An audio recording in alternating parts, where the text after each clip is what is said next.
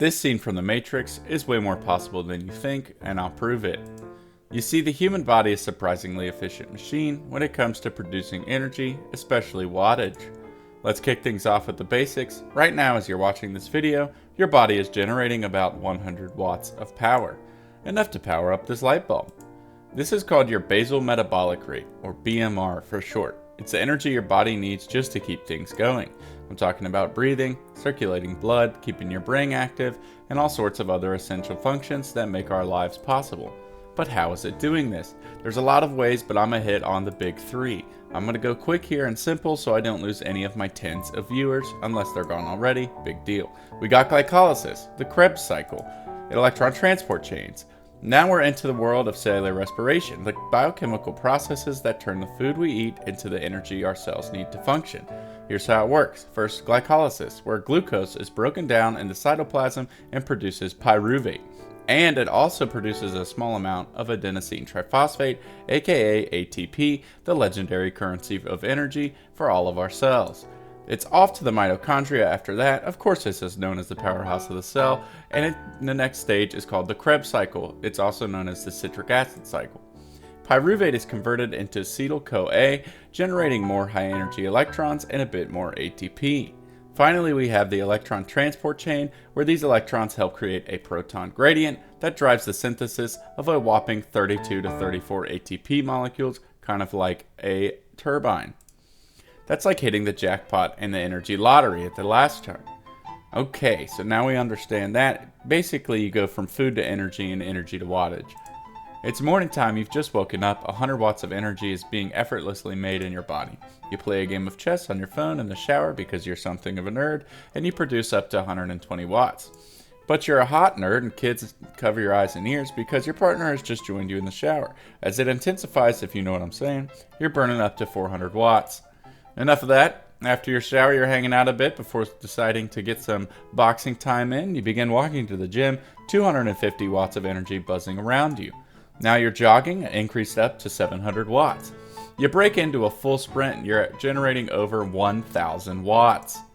During your boxing session, congratulations, you're getting hit with left and right hooks that are generating nearly 2,000 watts and their peak strikes. So now we know that you can generate up to 2,000 watts during really intense moments of exercise, but just by relaxing, you're still at a cool 100 watts. But that's just one of you. Now let's get ambitious. What if we could harness the energy produced by the entire human race? I'm talking about all 8 billion humans at a bare minimum of 100 watts, but most people do more than just sit. We're looking at a colossal 800 gigawatts of energy. Now maybe that doesn't mean anything to you, and it didn't to me at first. So how much is that? Well, that's enough to run the Fortnite game I just killed you on, plus the PC that it's running on, because that's only 400 watts. We have 800 gigawatts. That's enough to power nearly 73% of the US electricity grid, or 80% of the European Union energy needs. Heck, that's enough to power all of the world's data centers several times over, keep the entire internet global infrastructure running, and charge 114 electric vehicles all at the same time. I'm talking about major human potential here. And if we could capture all this energy, the possibilities are pretty mind-blowing.